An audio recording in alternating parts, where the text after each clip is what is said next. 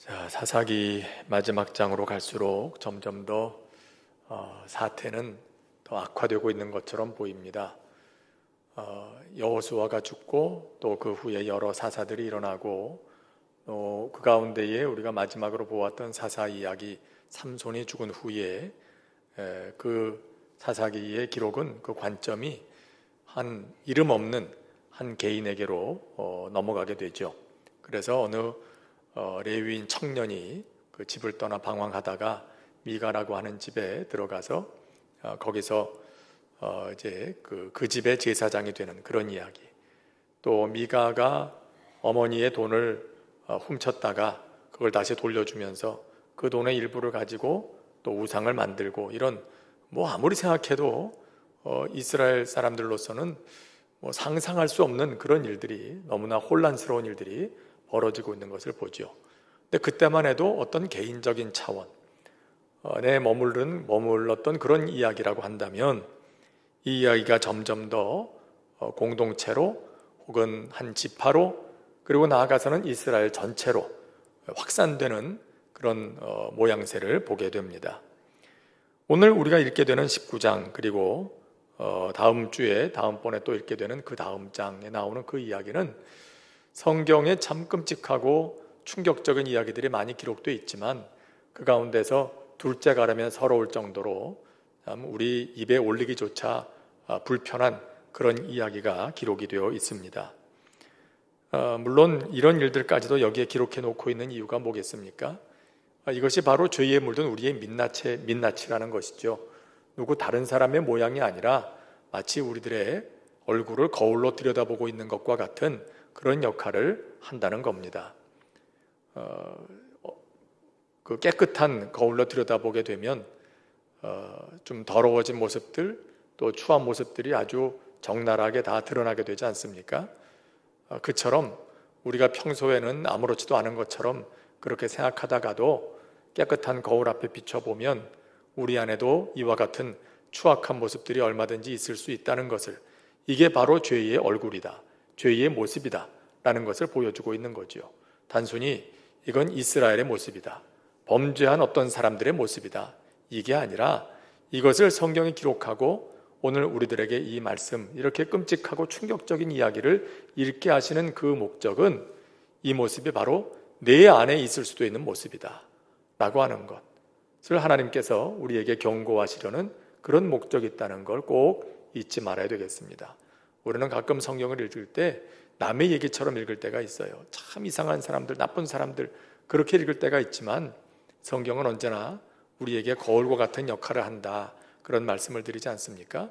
성경을 읽을 때 그 안에 기록되어 있는 모습들이 곧 나의 죄로 물든 나 자신의 모습이다, 이것을 하나님께서 들여다보게 하신다.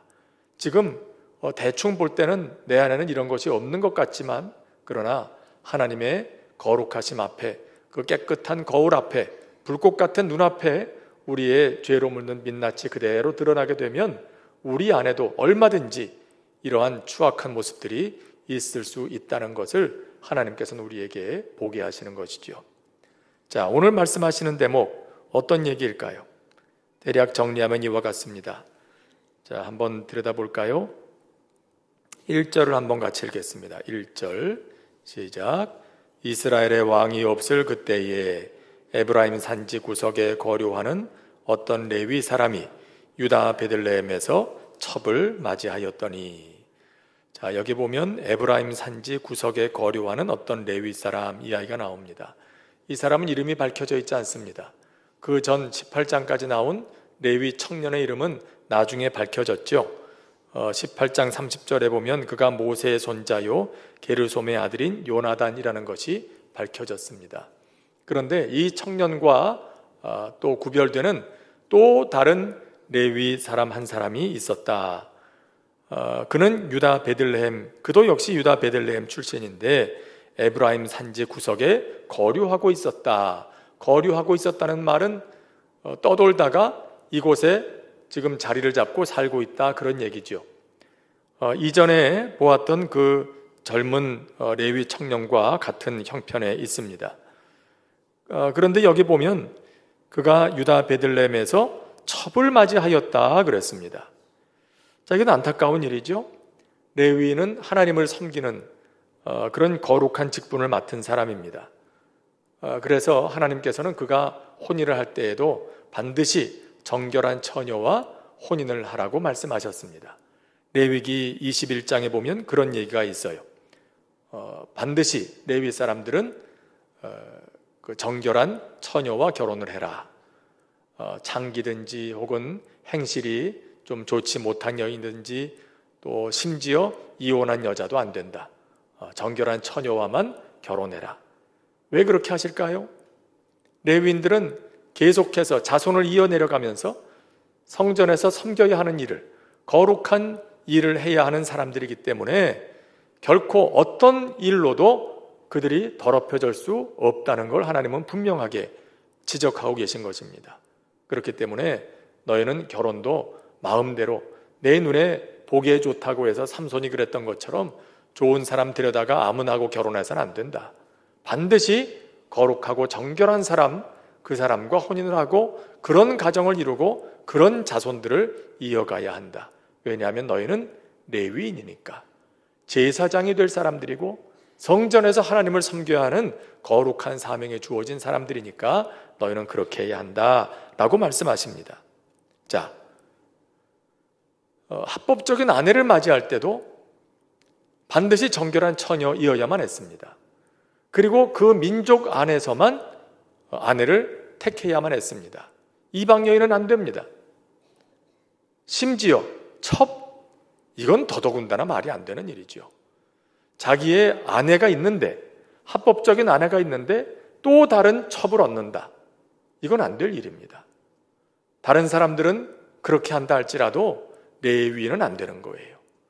레위인은 성막에서 하나님을 섬겨야 하는 사람들이고 모든 면에 거룩해야 하는데 그래서는 안 된다는 겁니다.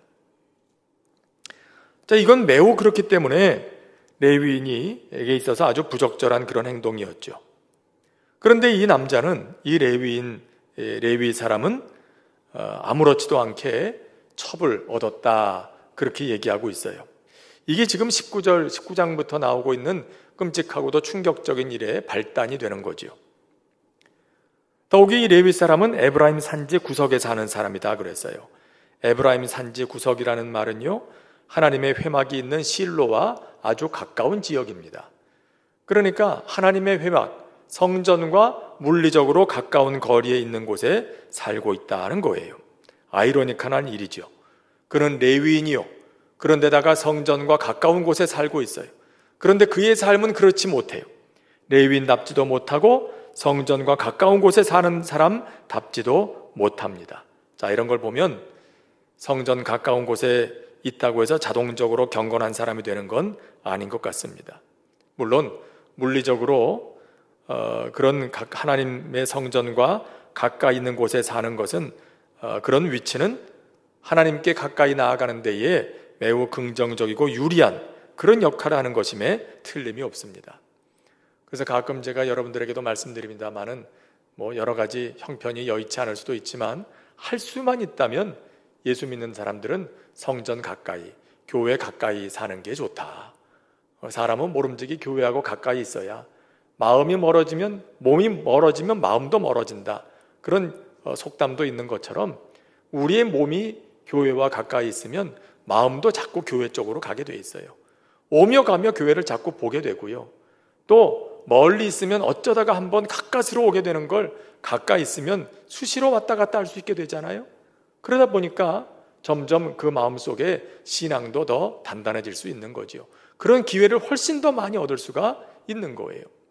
그렇기 때문에 예수 믿는 사람들은 어떻게 하든지 성전과 가까이, 물리적인 거리도 가까운 게 좋아요. 자꾸 멀리 가려고 하는 것보다 자꾸 성전 가까이 오고자 하는 소원을 품는 게 그게 좋은 거죠. 그러니까 이런 유익도 있지만, 그러나 그렇다고 해서 자동적으로 그 사람이 신앙이 좋아지느냐, 내가 성전 옆에 살고 있다고 자동적으로 내 신앙이 좋아지느냐, 그런 건 아니더라 이 말이에요. 이 레위 사람도 살다가 떠돌다가 정착하게 된 곳이 성전 아주 가까운 곳, 에브라임 산지 구석에 있는 그 땅에서 지금 살고 있어요. 그런데 그의 삶은 엉망진창이에요. 레위인답지도 못하고 거룩하지도 못하고 심지어 첩을 얻어서 지금 이렇게 살고 있는 거죠.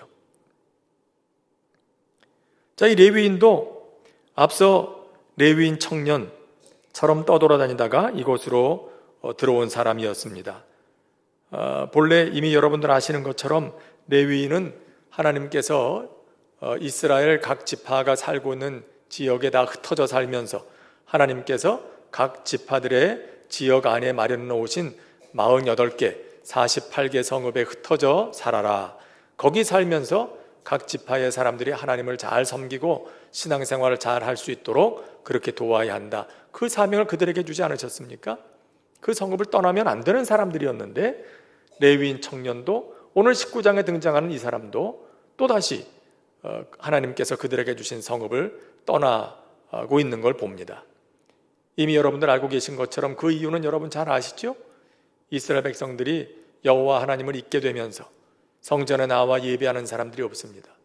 하나님 앞에 제물을 가지고 나와서 예배하는 사람들이 없으니 레위 사람들, 제사장들의 먹을 것이 없어집니다. 그들의 기업이 뭐겠습니까?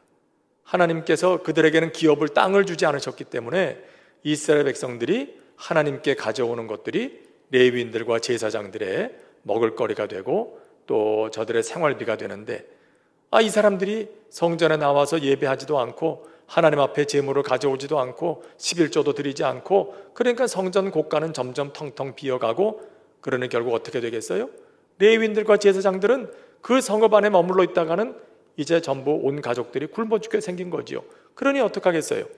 먹고 살 길을 찾아서 그곳을 떠날 수밖에 없는 이런 슬픈 현실이 되고 만 거예요. 이 레위 사람도 마찬가지로 그런 형편 속에서 자기에게 주어진 성읍을 떠나서 유다 베들레헴을 떠나서 에브라임 산지로 오게 된 거죠. 자, 그런데 오늘 말씀에 이제 그 일이 이렇게 문제가 불거지게 됩니다. 2절 말씀 같이 읽겠습니다. 시작. 그 첩이 행음하고 남편을 떠나 유다 베들레헴 그의 아버지의 집에 돌아가서 거기서 넉 달 동안을 지내매. 자, 이 여인이 행실이 썩 좋은 여자가 아니에요.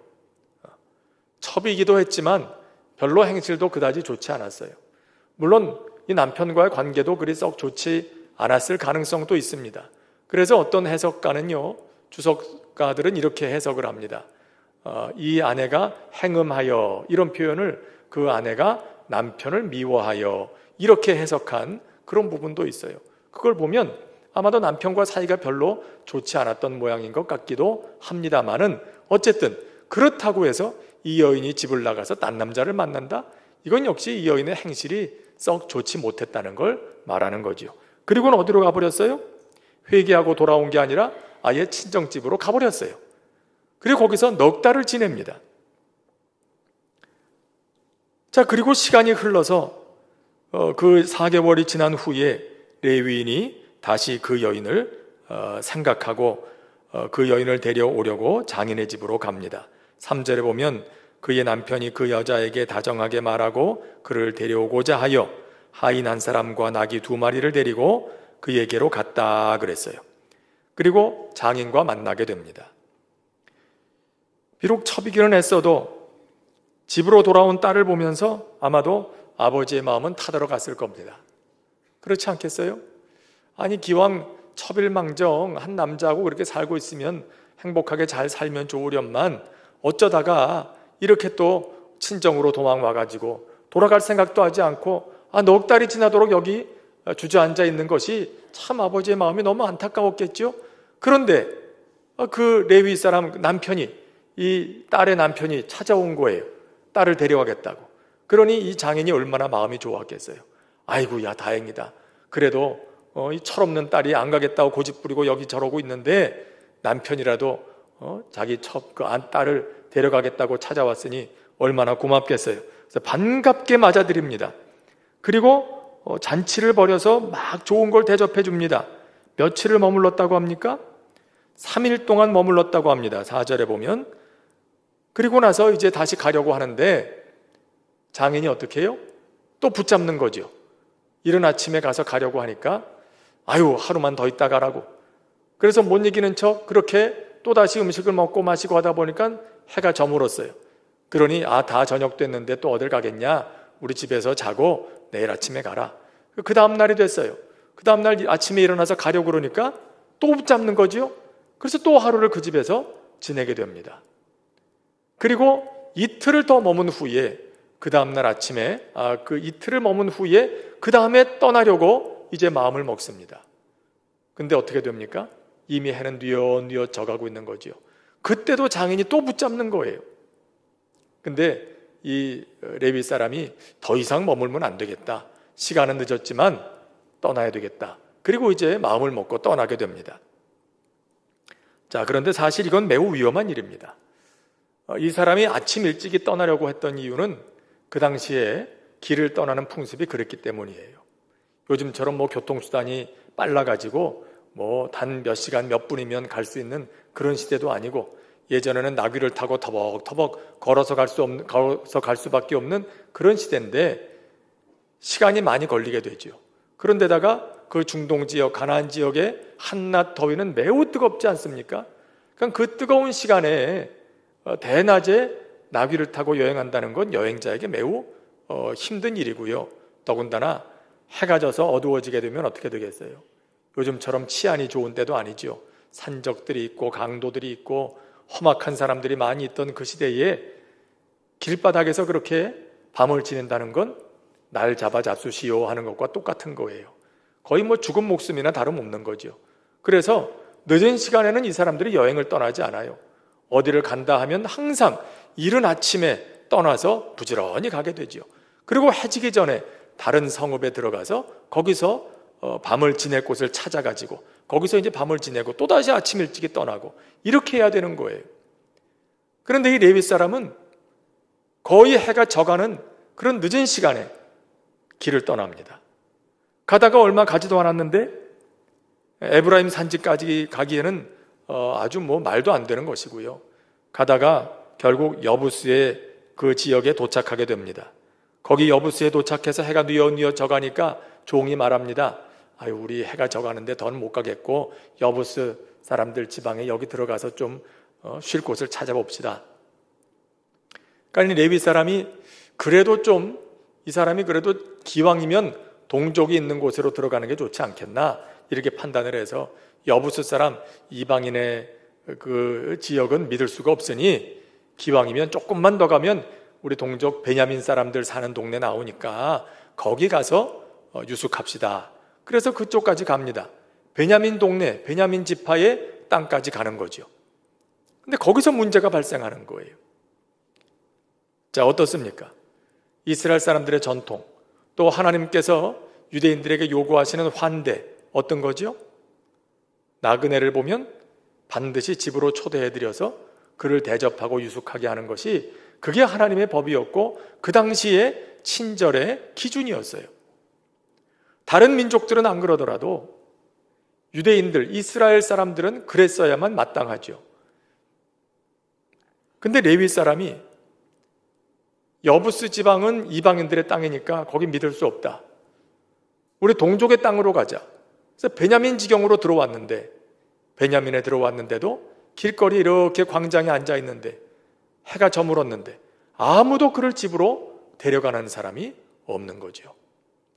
여러분, 이 사실 자체가 얼마나 이스라엘 사람들의 경건이 지금 땅바닥에 떨어져 있는가 하는 걸 볼 수 있는 거예요.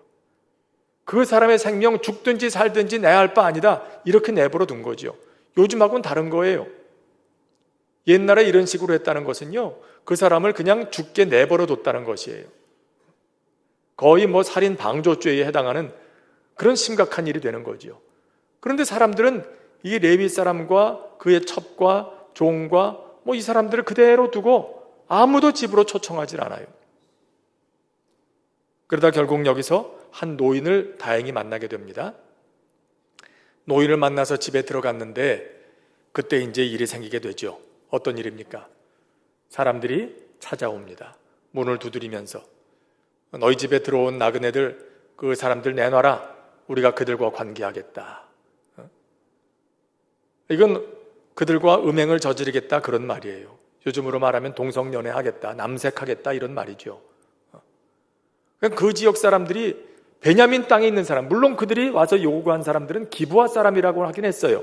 베냐민 땅에 살고 있는 이방 사람들이죠. 하지만 베냐민 사람들이 살고 있는 그 지파가 살고 있는 그 기업에서 벌어진 일이라는 데는 매우 충격적인 일이라는 거예요. 나그네를 받아들이지도 않을 뿐더러 어느 집에 들어가 쉬고 있는 사람을 끌어내가지고 이런 폭행을 저지르겠다고 하는 이런 걸 그대로 내버려 두고 있는 땅이라고 하면 그 지역이 얼마나 죄악에 물들어 있으며 방탕한 지역이 되어버렸는지 알 수가 있는 겁니다. 결국 이 사람들은 또 전혀 이해할 수 없는 결정을 내리죠.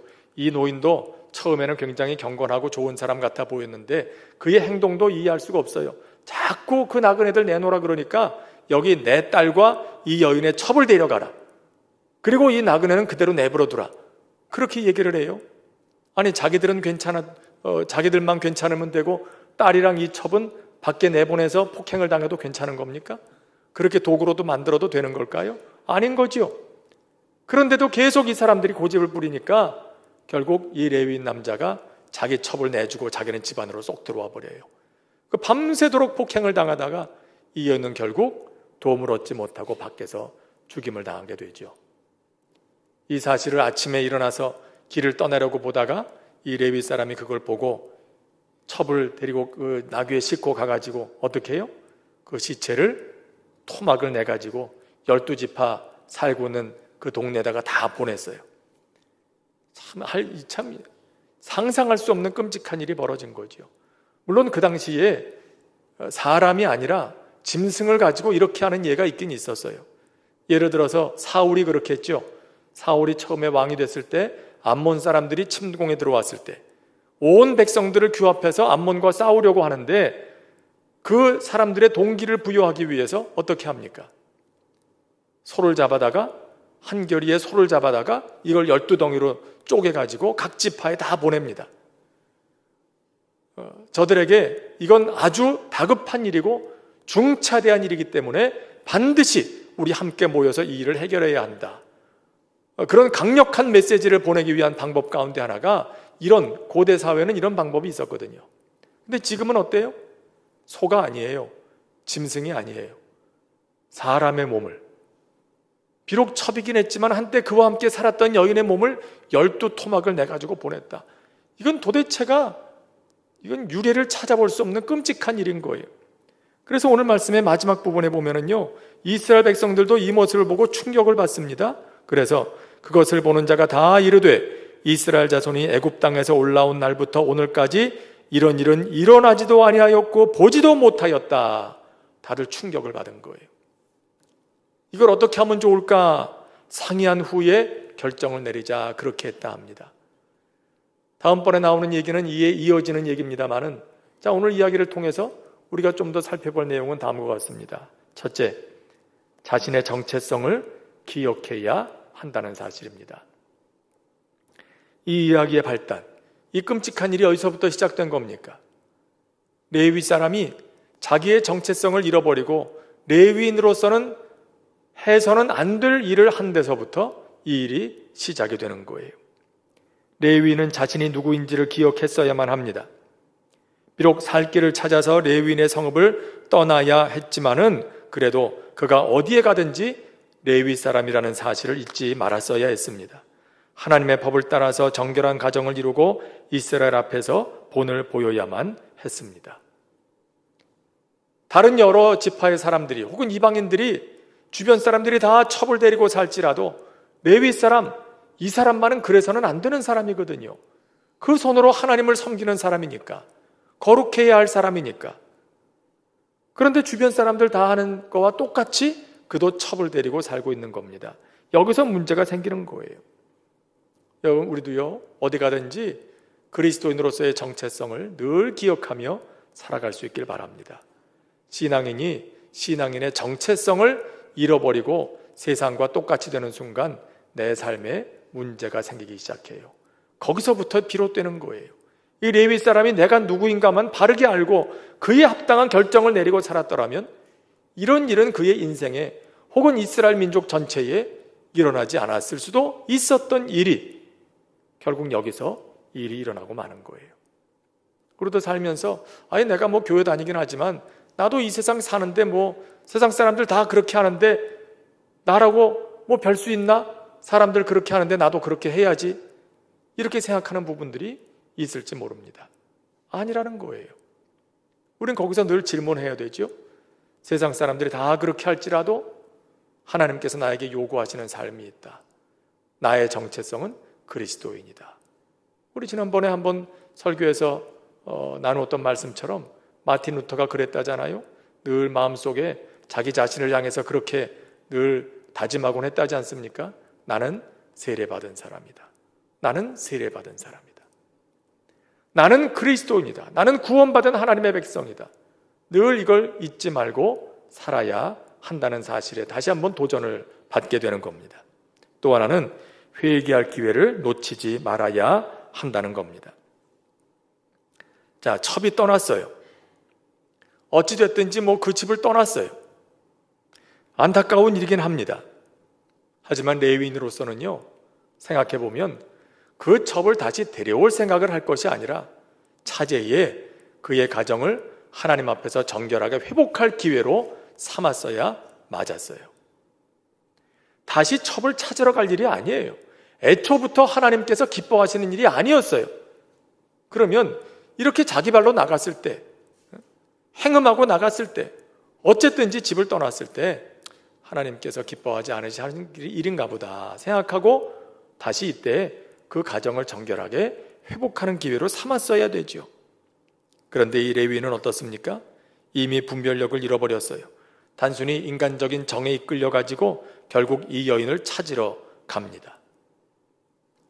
이게 또 문제의 시작이 되죠. 결국 이스라엘 전체의 비극적인 사건을 일으키고 맙니다. 여러분, 늘 회개할 기회는 있어요. 돌이켜야 할 기회를 하나님이 주실 때가 있는 거죠.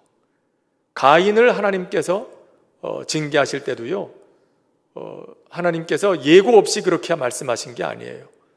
한번 처음에 경고를 주지 않으셨습니까? 가인의 마음이 흔들리고 있을 때, 아벨에 대한 미움을 품고 그를 죽이고 싶은 마음에 생기고 있을 때 하나님께서 가인에게 경고하셨어요. 가인아, 너는 네 죄를 다스려야 한다. 내가 죄를 다스리지 못하면 죄가 내 문 앞에 엎드리느니라. 그렇게 말씀하셨어요. 엎드린다는 얘기는 맹수가 먹잇감을 잡기 위해서 공격 자세를 취하고 있는 바로 그 모습이죠. 뭐 사자가 됐든지 호랑이가 됐든지 사냥감을 잡으려고 할 땐 이렇게 웅크리고 있다가 펄쩍 뛰어가지고 잡잖아요. 그것처럼 내가 그 죄를 다스리지 못하면 맹수가 먹잇감을 잡아먹는 것처럼 죄가 너를 잡아먹고 말 거다. 그렇게 한번 경고하셨어요. 그때 기회를 주시는 거지요. 그때 돌이키라고, 빨리 돌이키라고. 그런데 어떻습니까? 가인은 그 기회를 놓칩니다. 기어이 죄를 다스리지 못하고 죄에 먹히고 말지요. 우리도 그런 것이에요. 언제나 하나님께서 우리에게 기회를 주실 때가 있어요. 회개의 기회, 그 기회를 주실 때 놓치지 않고 돌이키는 것, 하나님께서 기뻐하시는 그 길로 다시 돌아올 수 있을 때 돌아오는 것, 이게 매우 중요한 거예요. 여러분, 회개의 기회도요, 계속해서 주어지는 건 아니에요. 하나님의 심판은 항상 있거든요. 그래서 우리 늘 하는 말대로 그런 얘기 있지 않습니까? 회개는 왕복거리가 필요하다고. 내가 어느 쪽으로 가다가 내가 방향을 잘못 잡았구나 싶을 때는 조금 갔을 때 돌이키면 빨리 돌아올 수 있어요. 거리도 시간도 절약하고 또 여러 가지 면에서 절약할 수 있어요. 그런데 멀리 가면 갈수록 돌아오는 기회는, 그 길은 점점 더 멀어지게 되는 거죠. 그와 같은 거예요. 하나님께서 우리에게 회개의 기회를 주신다면 그때 그 기회를 놓치지 않는 것이 참으로 지혜로운 것입니다. 셋째, 마음을 정해야 할 때가 있습니다.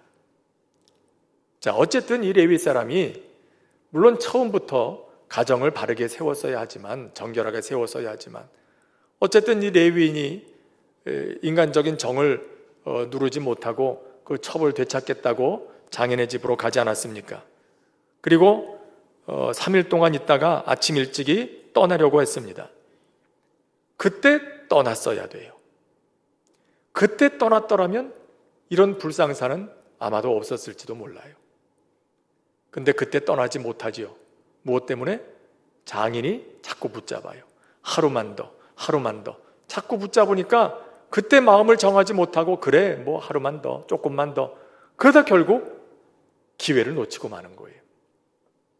오늘 말씀에 보면은 3일 동안, 사흘 동안 거기에 머물렀다라고 하는 그런 대목이 나옵니다. 왜 이틀도 아니고 4일도 아니고 3일이라고 표현했을까? 이 3일이라는 것, 성경에서는 3, 7, 10 이런 숫자가 나올 때 뭔가 말하고 하자는 바가 있다는 걸 좀 생각할 필요가 있다 했죠. 3일 동안 머물렀다는 건 이 남자가 거기에 있을 수 있는 충분한 시간 동안 있었다는 뜻인 거예요. 더 있을 필요가 없어요. 3일 정도, 이 정도 있었으면 충분한 시간이에요. 그러면 다음날 아침 일찍 일어나서 빨리 마음을 정하고 떠났어야 돼요. 아무리 장인이 붙잡아도. 근데 하루만 더, 조금만 더, 거기에 발목이 잡혀가지고 결국 나중에 아침 일찍이 아니라 이젠 발등에 불이 떨어졌거든요. 더 이상 머물면 안 되겠다. 이 장인도 그래요. 아침에 떠나는 사람 붙잡고 저녁까지 데리고 있다가 그럼 저녁엔 어차피 또 못 떠나잖아요. 그러면 또 하루를 거기서 지낼 수밖에 없어요. 꼭 그렇게 잡는 거예요. 저녁에 붙잡은 게 아니잖아요. 아침에 떠나려는 사람을 붙잡은 거잖아요. 그래 결국 이 장인의 말을 듣다 보면 계속해서 떠날 수 없게 되는 거예요. 그러니까 이 레위 사람이 안 되겠다. 그리고는 늦은 시간이지만 이때 떠나겠다고 마음을 먹을 수밖에 없었던 거죠. 결국 이게 사단이 난 거예요. 여러분, 마음을 정해야 될 때가 있어요.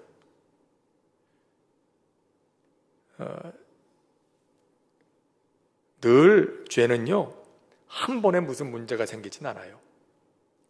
꼭 죄의 유혹은 한 번만 더, 한 잔만 더, 이런 데서 시작이 되는 거죠. 그렇게 붙잡잖아요. 선악과를 따먹으라고 뱀이 유혹할 때도 마찬가지죠. 무슨 큰 죄를 지으라는 게 아니었잖아요. 그때 하와에게 유혹한 말이 뭡니까? 이거 한 입만 베어 물어봐.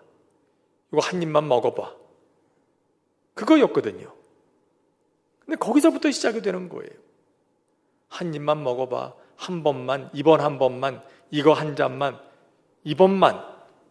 그러다 결국 영영 떠나지 못하고 거기에 발목을 잡히게 되는 게 죄의 습성이고 사단이 우리를 죄에 묶어놓는 가장 효과적인 방법 중에 하나예요.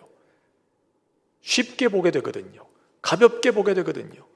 대단한 게 아니라 한 번만이라는데 이거 한 잔인데 그렇게 생각하다가 결국 영영 주저앉게 되는. 오늘 이 레위 사람의 실수도 거기 있는 거죠. 마음을 정해야 할 때 정하지 못했다는 거. 떠나야 할 때 떠나지 못했다는 거. 여러분, 예배가 그치고 성전이 비고 레위인 제사장의 생계가 어려워지고 그들이 떠나고 그들의 관심도 어떻게 하면 하나님의 말씀을 지키며 가를 칠까에 있지 않고 어떻게 먹고 살까에 있기 시작하면서 이스라엘 전체가 영적인 암흑에 사로잡히게 됩니다. 오늘 말씀은 그런 점점 더 심화되고 있는 그런 암흑의 상태를 또 하나 보여주고 있습니다. 다음 시간에 우리가 보게 되는 데는 이제 그 이야기가 민족 전체에 어떤 영향을 끼쳤는가 하는 것을 또다시 살펴보게 되겠습니다만은 오늘 이 말씀을 읽으면서도 우리 자신을 향해서 주시는 하나님의 말씀을 다시 한번 깊이 새겨야 되겠습니다. 어째서 이들에게 이런 끔찍한 일이 벌어졌는가? 자기 정체성을 기억할 수만 있었더라면, 회개할 기회를 놓치지만 않았더라면, 마음을 정해야 할 때 그 마음을 확실히 정하기만 했더라면. 근데 결국 이것에 실패함으로 레위인 한 개인이 아니라 민족 전체에 불행한 사건이 일어나게 된 이 일을 보면서 오늘 우리도 믿음을 새롭게 하는 그런 삶이 될 수 있기를 바랍니다. 오늘 주신 말씀 생각하면서 잠시 한 목소리로 기도합니다.